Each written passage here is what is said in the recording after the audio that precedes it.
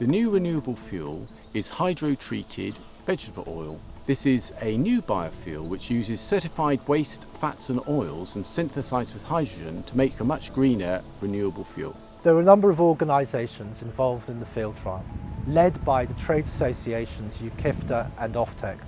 UKIFTA represent the liquid fuel distributors and Offtec the boiler technicians and manufacturers. What we were aiming to achieve was to find out whether a renewable liquid fuel could replace heating oil. Very pleased how the trials have gone. In November 2020 we did the first property in the country. We've now done the first school and the first church. So our building, our school, is 80 years old, which means it has its own set of special features but also its own issues. It's quite a drafty building and it doesn't have an awful lot of insulation because of the way they were built back then, which means that some of the more modern options for heating the school aren't really available to us. They won't really be as effective as we would want them to be. So we are reliant on our boiler, but by using the HVO fuel, it means that we can be that bit more sustainable and that we can help to find out whether the alternatives really will work. And that's what's exciting about this, is teaching the children that there are alternatives out there and that we are actively trying to use them.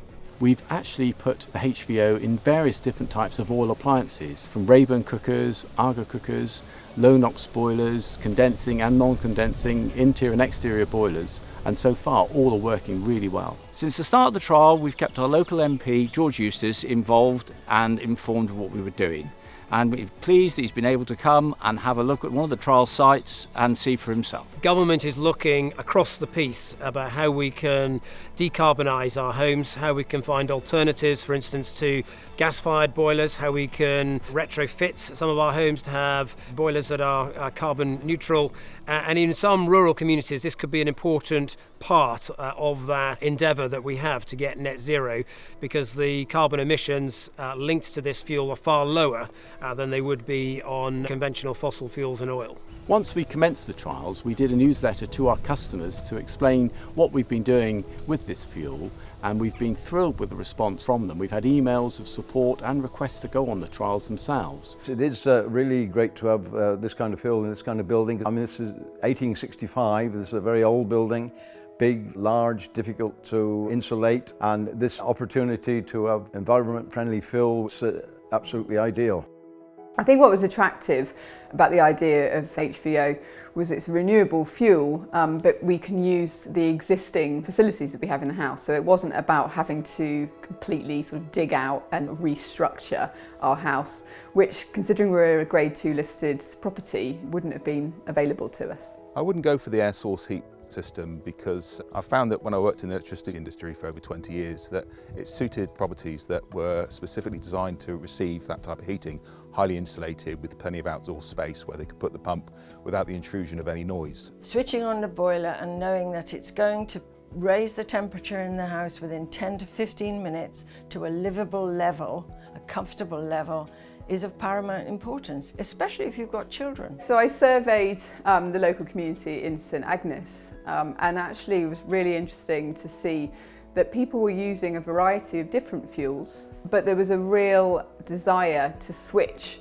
to a more renewable source. So actually over a quarter of the people answered, yes, we would like to switch if there was a renewable source available to us. To hit our net zero target and to hit the carbon budgets we've got between now and then, we actually have to try all sorts of things. We have to refit some of our homes so that we have boilers that are more environmentally friendly and don't use fossil fuels.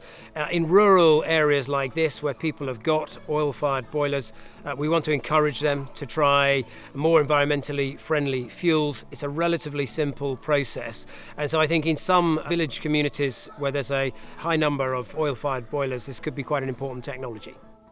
A cost-effective way of heating your home is almost as important as putting food on the table and a roof over your head.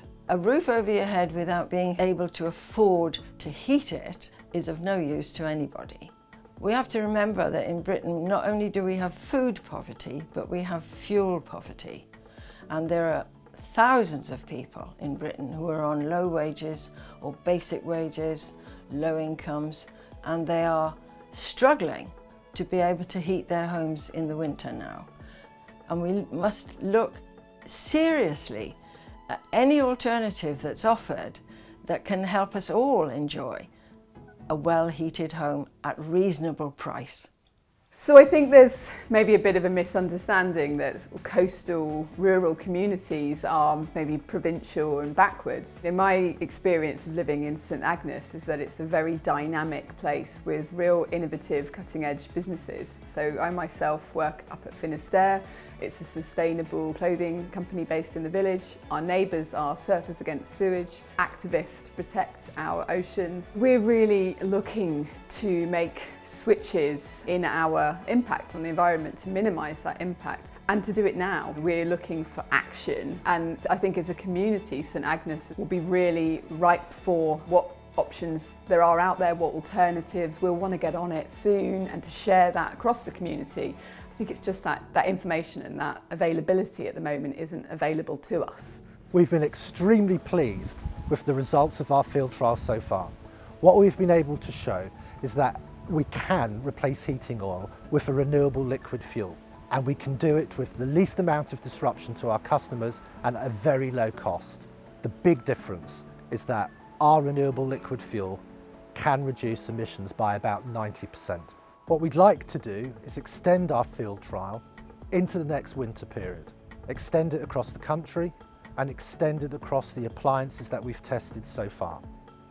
But we also recognise that our customers have a number of concerns and they're alarmed by the cost, disruption and the technically challenging solutions that are out there.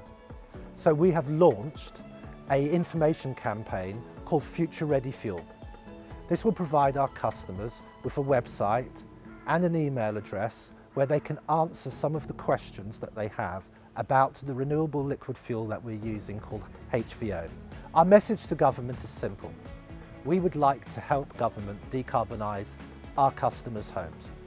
We'd like to extend our field trial into the next winter period, but we do need some government help. Governments have been very helpful in terms of other heating solutions, and we'd like the government to extend that to a renewable liquid fuel. The government should take heart that we're trying to provide our customers with a choice.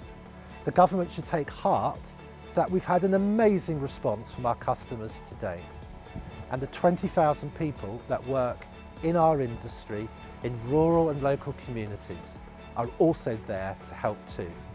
That's something that in this heating debate you don't hear very often.